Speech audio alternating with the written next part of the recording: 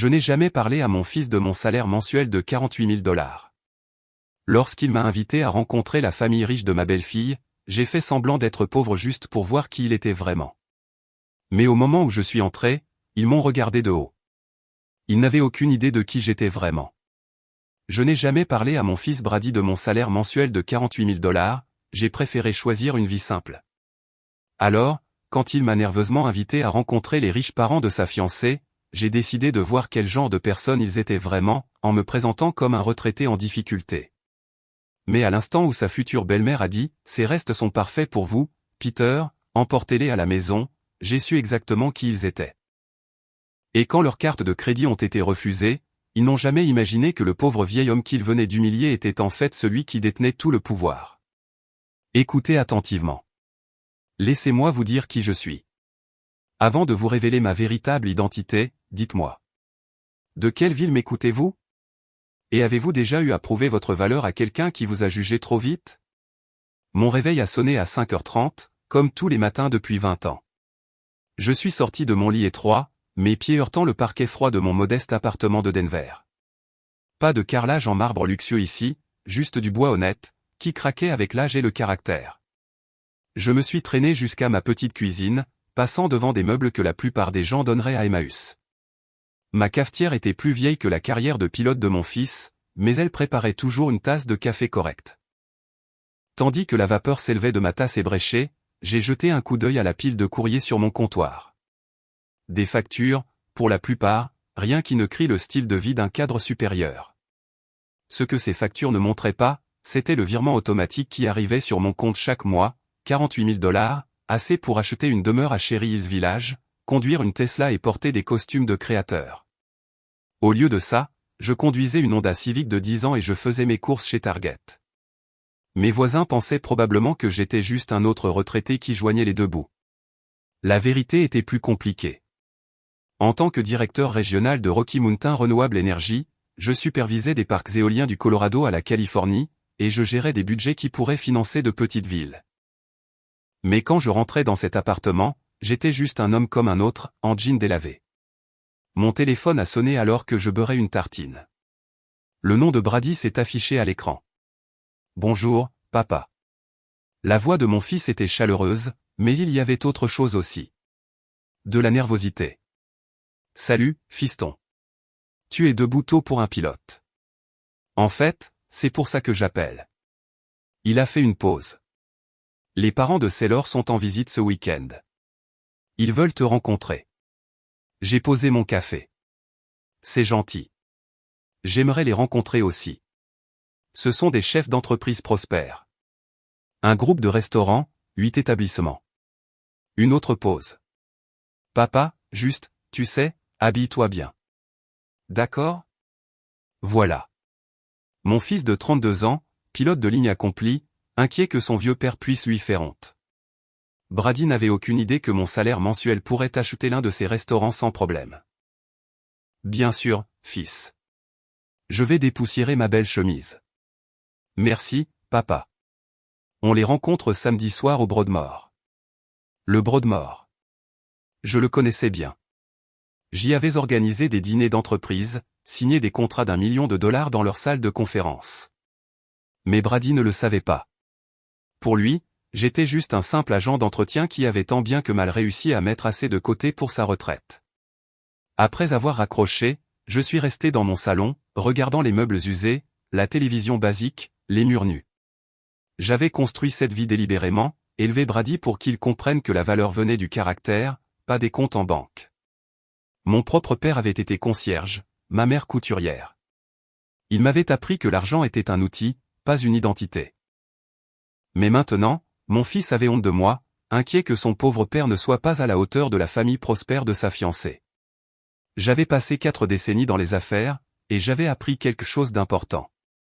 On ne voit le vrai caractère des gens que lorsqu'ils pensent que vous êtes inférieur à eux. Quand ils croient que vous n'avez rien à offrir, aucun pouvoir à exercer, aucune influence à accorder. Un lent sourire s'est dessiné sur mon visage alors que je finissais mon café. J'avais passé ma carrière à cerner les gens, à comprendre leurs motivations, leurs faiblesses. Le secteur de la restauration était difficile.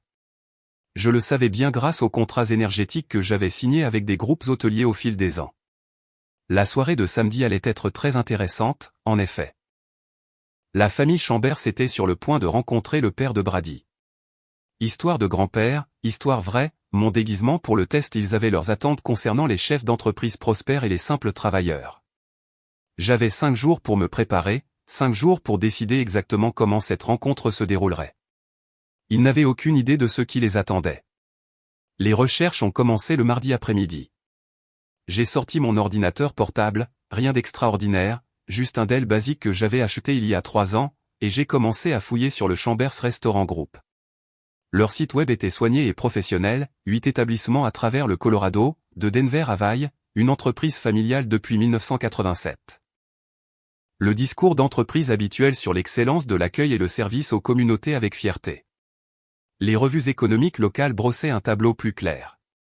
Lorenzo Chambers avait commencé avec un seul restaurant à Pueblo, et avait gravi les échelons grâce à des acquisitions intelligentes et des emplacements stratégiques. Le Denver Post leur avait consacré un article l'année dernière, avec un chiffre d'affaires brut approchant les 800 000 $ par an.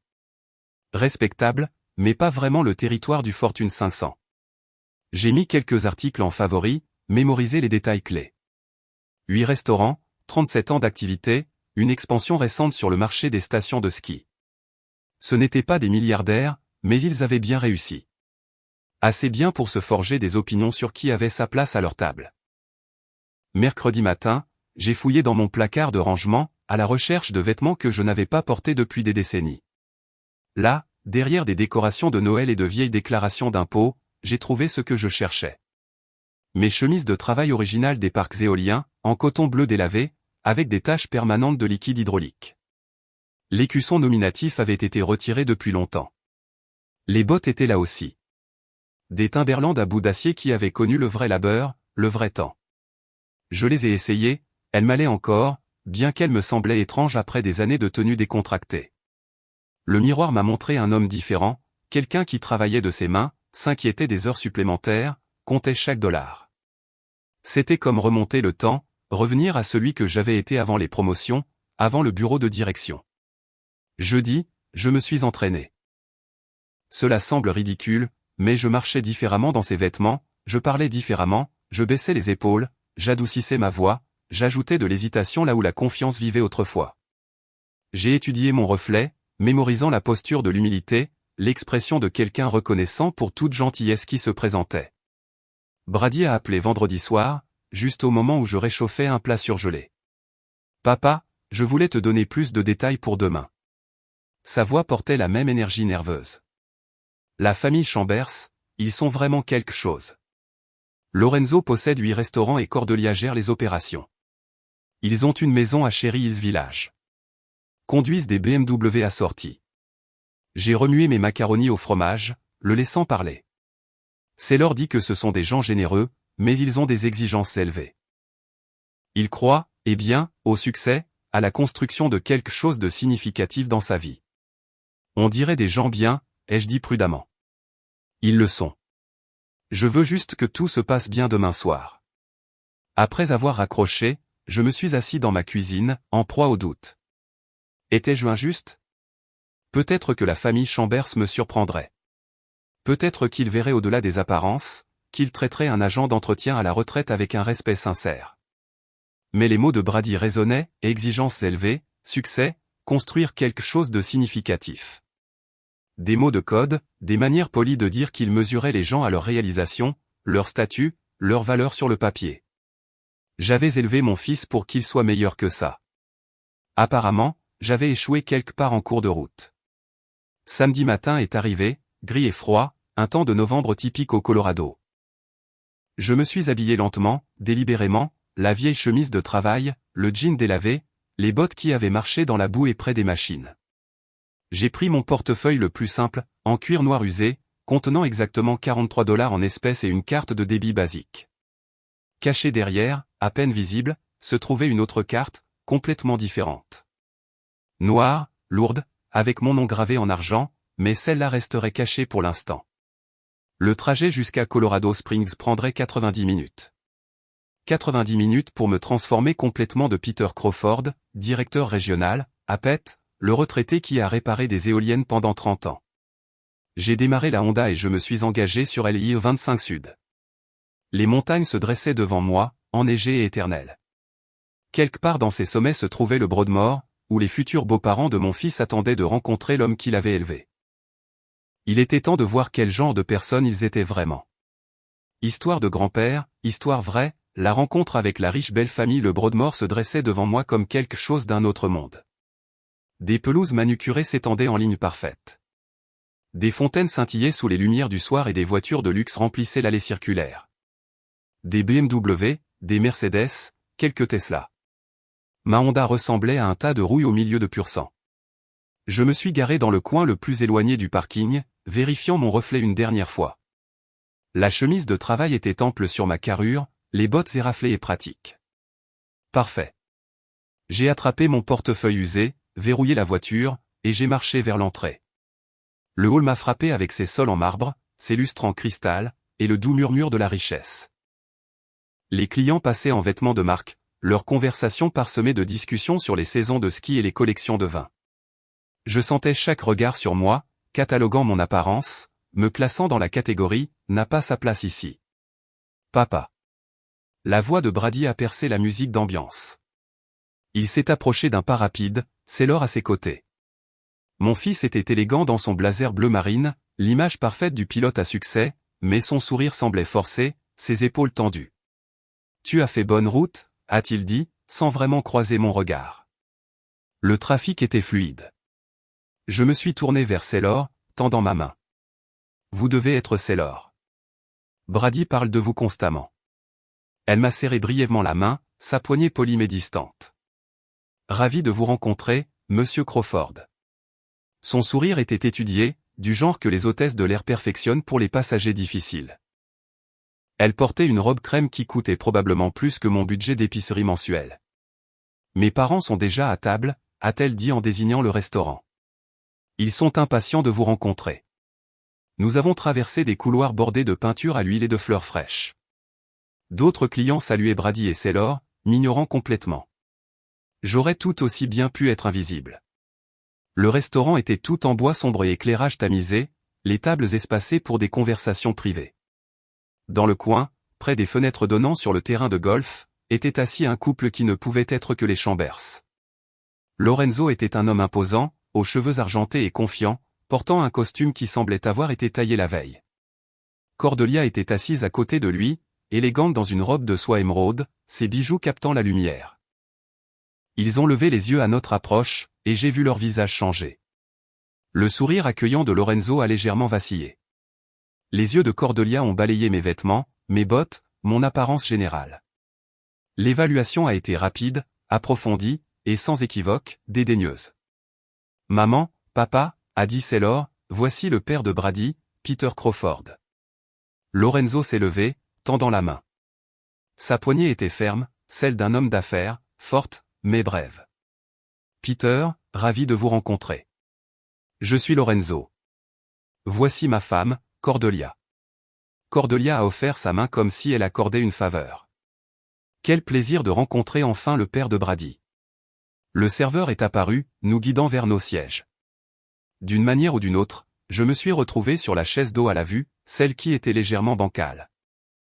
Les autres se sont installés dans des sièges confortables avec une vue parfaite sur les montagnes. Belle soirée, ai-je dit en regardant la salle à manger. C'est un endroit remarquable. Nous venons souvent ici, a répondu Lorenzo en arrangeant sa serviette. Le Broadmoor maintient certains standards. Nous apprécions cela. Les menus sont arrivés, reliés en cuir, lourds, écrits dans une écriture élégante. Pas de prix indiquée, ce qui signifiait qu'ils étaient assez chers pour effrayer quiconque devait demander. La carte des vins ici est exceptionnelle, a dit Cordelia en feuilletant les pages.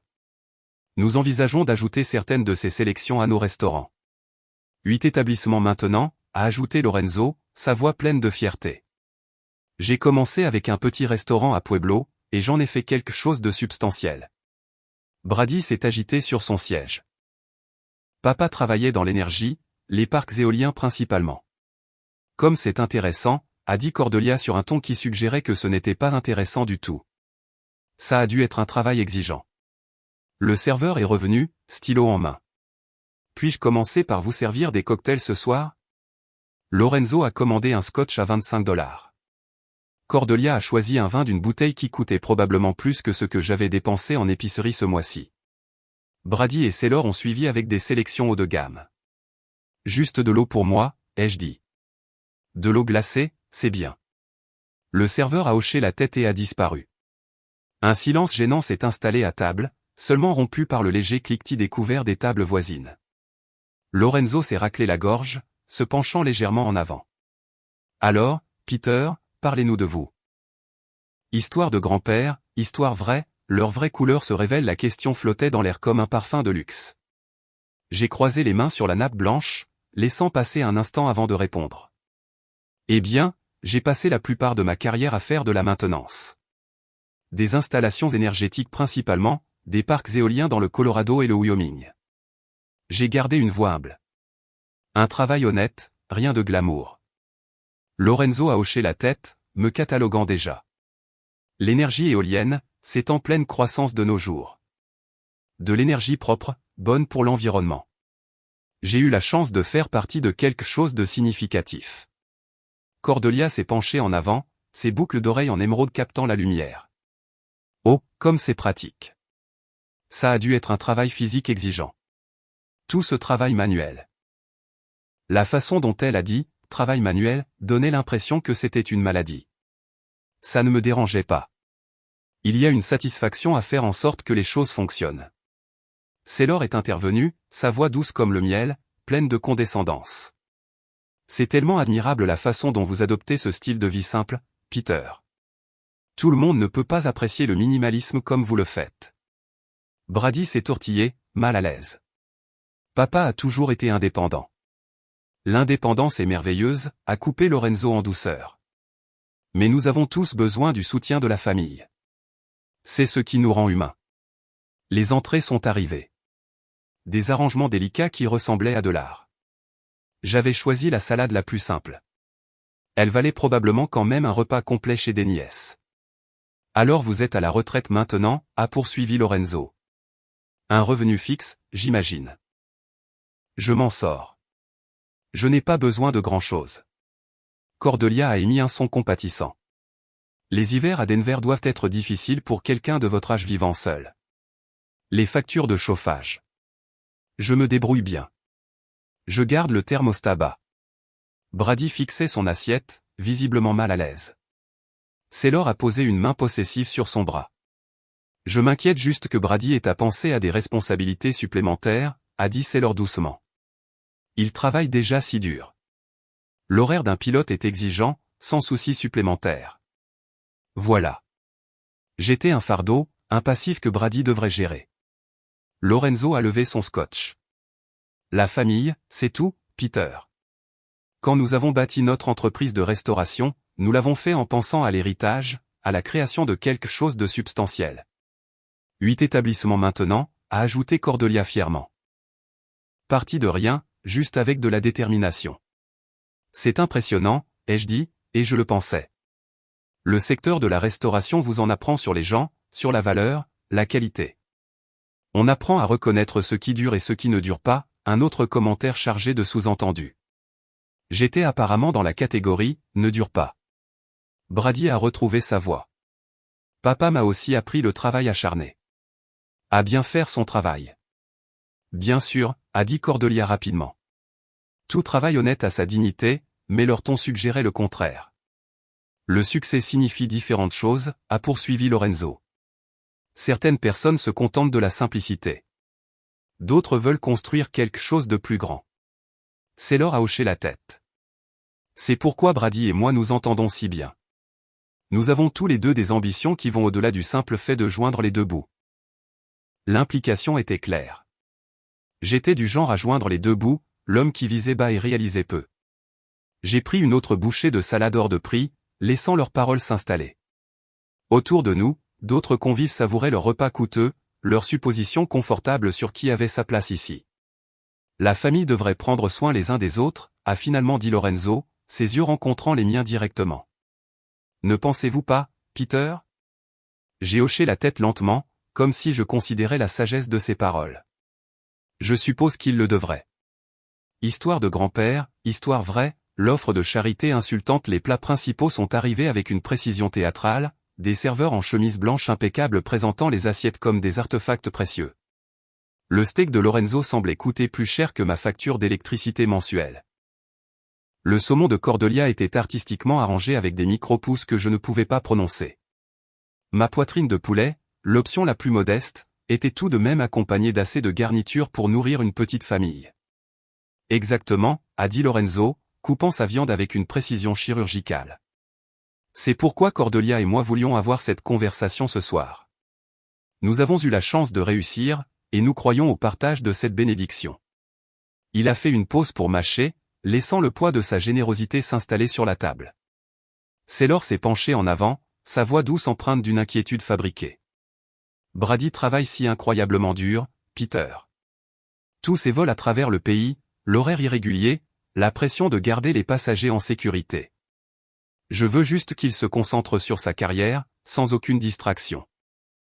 Le mot « distraction » flottait entre nous comme un pistolet chargé. Elle parlait de moi, bien sûr. J'étais la distraction.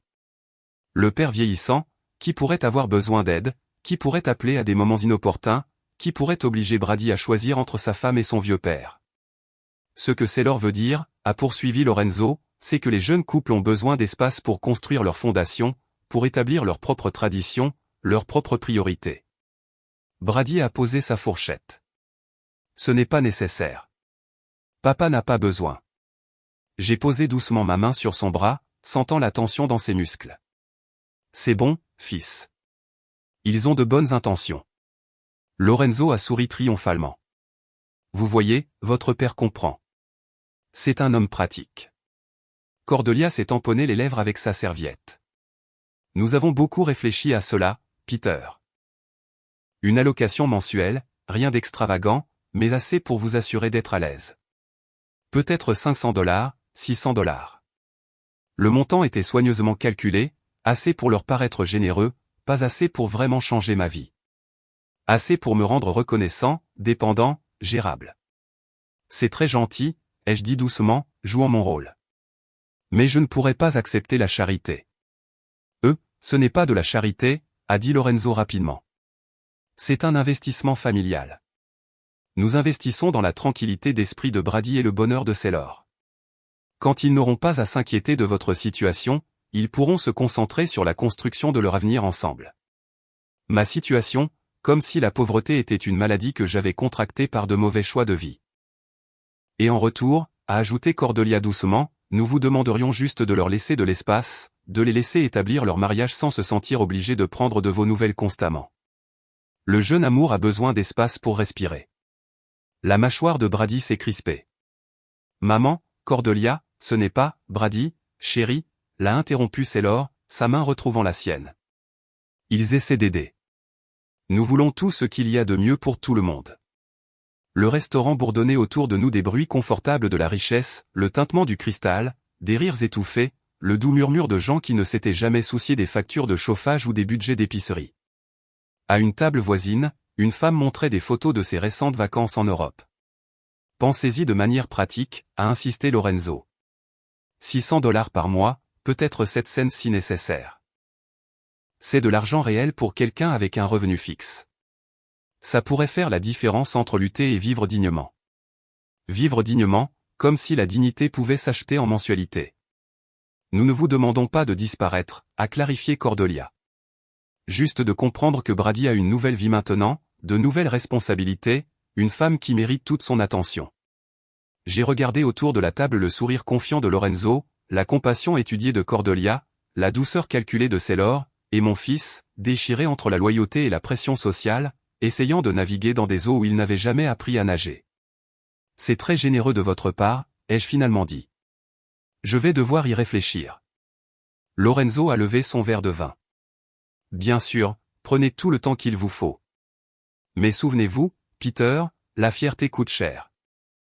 Parfois, la chose la plus sage à faire est d'accepter l'aide quand elle est offerte. Il a pris une gorgée de vin qui coûtait probablement plus que mon budget d'épicerie hebdomadaire. Pensez à notre offre, Peter. La famille prend soin de la famille. Histoire de grand-père, histoire vraie, ces restes sont parfaits pour vous, les assiettes étaient devant nous. La preuve d'un repas coûteux à moitié consommé. Lorenzo avait à peine touché son steak à 40 $. Le saumon de Cordelia gisait artistiquement détruit, plus déplacé que mangé. Mon poulet, l'option la moins chère, était presque terminé. De vieilles habitudes d'une enfance où l'on finissait son assiette où l'on allait se coucher le ventre vide. Sailor s'est tamponné les lèvres avec la serviette en tissu, laissant une légère trace de rouge à lèvres sur le tissu blanc immaculé. C'était délicieux. Je suis si rassasié que je peux à peine bouger.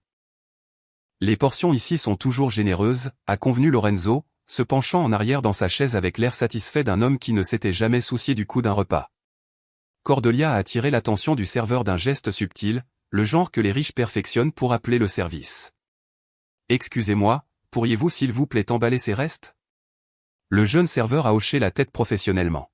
« Bien sûr, madame, tous ?»« Oui, s'il vous plaît. » Elle s'est tournée vers moi avec un sourire qui se voulait bienveillant, mais qui semblait condescendant. « Peter, vous devriez emporter ça à la maison. Ne pas gaspiller, c'est important, n'est-ce pas ?» Le restaurant semblait s'être calmé autour de nous. Ou peut-être que c'était juste mon imagination, mais je pouvais sentir les regards se tourner vers nous. D'autres convives enregistraient la scène, la famille bien habillée faisant emballer ses restes pour le vieil homme mal fagoté à leur table. Cette nourriture coûte plus cher que... Cordelia a fait une pause délicate. Eh bien, vous comprenez. Elle l'a dit assez fort pour que le couple de la table voisine jette un coup d'œil. Les yeux de la femme ont balayé ma chemise de travail, mes mains usées, mon apparence générale, et je l'ai vu murmurer quelque chose à son mari. Le visage de Brady est devenu rouge. « Maman, Cordelia, ce n'est pas, c'est pratique, Brady », l'a interrompu Sailor en douceur, sa voix douce comme le miel avec une fausse gentillesse. Peter appréciera probablement de ne pas avoir à cuisiner demain. N'est-ce pas, Peter ? Tous les yeux étaient sur moi maintenant. Le serveur se tenait figé, ne sachant s'il devait continuer. La table voisine avait cessé de faire semblant de ne pas écouter. Même le sommelier avait interrompu sa présentation de vin à une autre table. C'est très attentionné, ai-je réussi à dire, les mots ayant un goût de sûr. Merci. Le serveur s'est déplacé avec un malaise évident, transférant soigneusement les restes coûteux dans des contenants en polystyrène. Le steak à peine touché de Lorenzo, valant plus que le salaire journalier de la plupart des gens. Le saumon de créateur de Cordelia, même les petits pains intacts et le beurre aux herbes. Nous prenons toujours soin de notre famille, Peter, a dit Lorenzo, sa voix portant à travers la salle à manger. C'est juste qui nous sommes. Les mots ont résonné comme une annonce publique. Cet homme a besoin de notre charité. Cet homme ne peut pas se permettre de gaspiller de la nourriture. Cet homme est si pauvre qu'il est reconnaissant pour nos restes de table. J'ai regardé les mains du serveur trembler légèrement alors qu'il fermait les contenants. Il était jeune, travaillant probablement pour payer ses études, et sa gêne était presque aussi aiguë que la mienne. Il avait servi des centaines de familles riches, mais il n'avait probablement jamais eu à emballer des restes pour le cas de charité de quelqu'un. « Voilà, monsieur », a-t-il dit doucement, plaçant le sac à côté de ma chaise. Les contenants se sont entrechoqués comme des pièces dans la coupe d'un mendiant. « Merci », ai-je répété, ma voix stable, malgré la rage qui montait dans ma poitrine. Sailor m'a souri radieusement. « Maintenant, vous n'aurez plus à vous soucier des repas pendant des jours. N'est-ce pas merveilleux ? Merveilleux ? Comme si recevoir des restes comme un chien errant était une sorte de bénédiction. Le couple de la table voisine nous regardait ouvertement maintenant. La femme se pencha vers son mari, chuchotant derrière sa main. J'ai saisi des fragments. Tellement triste. Au moins, il l'aide. Ça doit être difficile. Brady avait l'air de vouloir se cacher sous la table. Ses mains étaient serrées sur ses genoux, sa mâchoire contractée par la mortification. Mais il n'a rien dit. Rien fait. Il est juste resté assis pendant que la famille de sa fiancée humiliait publiquement son père. Le truc avec la famille, a poursuivi Cordelia, apparemment inconsciente ou indifférente au spectacle qu'elle avait créé, c'est que nous nous soutenons dans les moments difficiles. Certaines personnes sont trop fières pour accepter l'aide, mais la vraie famille ne laisse pas la fierté entraver les besoins pratiques. Le serveur est revenu avec le porte-addition, un dossier en cuir noir qu'il a placé soigneusement à côté du coude de Lorenzo. Même de l'autre côté de la table, je pouvais voir le total à travers la pochette transparente, 1850 $. Lorenzo l'a saisi avec la confiance désinvolte d'un homme qui n'avait jamais vu une carte refusée. Jamais compté la monnaie, jamais demandé s'il avait assez. C'est pour nous, a-t-il annoncé. Célébration familiale. Histoire de grand-père, histoire vraie, quand leurs cartes ont été refusées, Lorenzo a attrapé son portefeuille avec l'aisance d'un homme habitué à régler des additions coûteuses. Il a choisi une carte de platine, le genre que les banques réservent à leurs clients les plus précieux, et l'a glissée dans le porte-addition sans même jeter un coup d'œil au total. Célébration familiale, a-t-il répété, faisant signe au serveur d'un signe de tête confiant. Le jeune homme est revenu rapidement, lecteur de carte en main. Lorenzo a inséré sa carte avec un geste ample, attrapant déjà son téléphone pour vérifier ses messages pendant que la transaction se déroulait. Le lecteur a bipé. Une fois, deux fois, l'expression du serveur est passée de la courtoisie professionnelle à l'inquiétude. Je suis désolé, monsieur, mais cette carte a été refusée. Lorenzo a levé les yeux brusquement. C'est impossible. Essayez encore. Le serveur s'est exécuté, passant la carte une deuxième fois. Même résultat, même bip d'excuse. Il doit y avoir une erreur de système, a dit Lorenzo, sa voix perdant de son assurance antérieure. Cette carte a une limite très élevée. Cordelia s'est penché plus près, chuchotant avec urgence. Et c'est la carte du compte professionnel. D'autres convives commençaient à remarquer l'agitation. Le couple qui avait été témoin de mon humiliation précédente regardait maintenant avec une curiosité non dissimulée. Un serveur à une table voisine a ralenti son pas, écoutant clairement. Lorenzo a fouillé dans son portefeuille, sortant une autre carte. Celle-ci est connectée au compte de nos restaurants. Limite beaucoup plus élevée. Le lecteur a de nouveau bipé son rejet. Monsieur, dit le serveur doucement. Peut-être pourriez-vous appeler votre banque. Parfois, il y a des blocages de sécurité quand.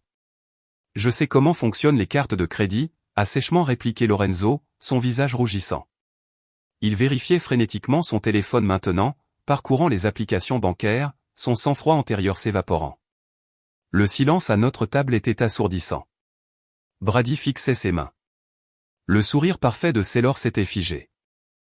Cordelia chuchotait des suggestions qui devenaient de plus en plus désespérées à chaque tentative infructueuse.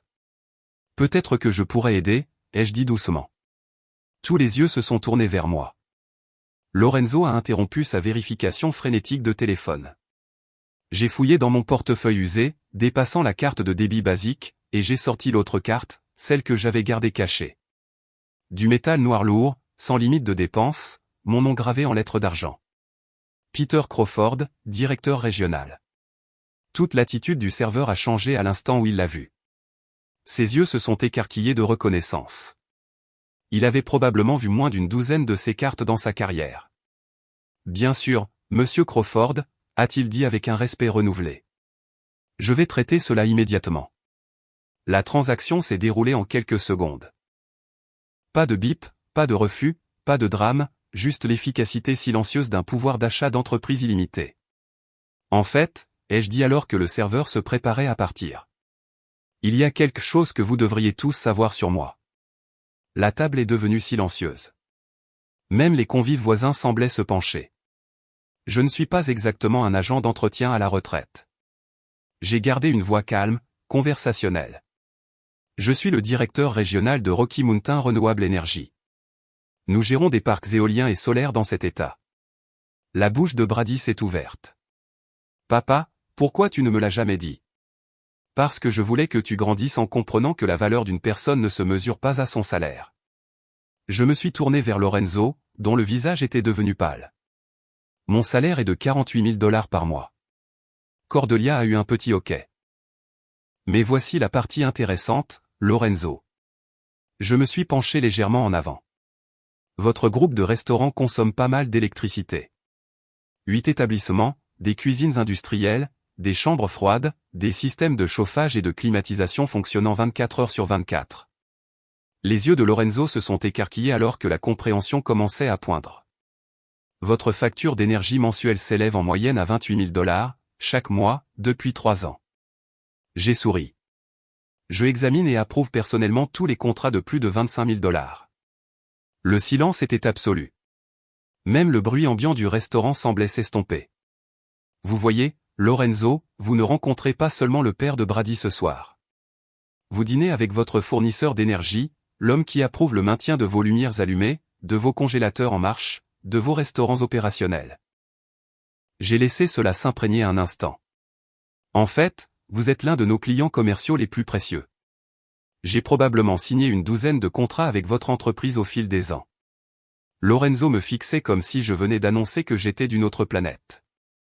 Les bijoux de Cordelia semblaient soudainement moins impressionnants. Le sourire confiant de Sailor avait complètement disparu. Brady secouait la tête, stupéfait. Papa, je n'en avais aucune idée. Toutes ces années, vous avez pensé que j'étais juste un pauvre vieil homme qui avait besoin de votre charité, ai-je dit en regardant la table. Quelqu'un que vous pourriez aider avec $600 par mois et des restes à emporter. Le serveur est revenu avec ma carte et le reçu. Merci, Monsieur Crawford. J'espère que vous avez apprécié votre soirée. Très instructive, ai-je répondu. Lorenzo a finalement retrouvé sa voix. Peter, Nous n'en avions aucune idée. Je me suis levé, rangeant ma carte. Le sac de reste était à côté de ma chaise, comme une preuve de leur jugement. Non, ai-je dit doucement. Vous ne le saviez pas, histoire de grand-père, histoire vraie, la vérité choquante révélée, le silence s'était étiré comme un fil tendu, prêt à se rompre. La bouche de Lorenzo s'ouvrait et se fermait comme un poisson cherchant de l'air. Le maquillage impeccable de Cordelia ne pouvait cacher la rougeur qui montait à son cou. Sailor fixait la table comme si une issue pouvait y apparaître. Finalement, Lorenzo a parlé. Peter, nous n'avions aucune idée. Nous n'avons jamais voulu. Nous n'aurions pas, sa voix a vacillé. L'homme d'affaires confiant réduit à un homme cherchant un terrain solide. C'était un malentendu, a ajouté Cordelia, son aplomb brisé. Nous essayions juste d'être utiles. Nous pensions, nous avons supposé. Vous avez supposé exactement ce que je voulais que vous supposiez, ai-je dit d'un ton neutre. Et vous m'avez montré exactement qui vous êtes. Sailor a levé les yeux, la panique vacillant dans son regard.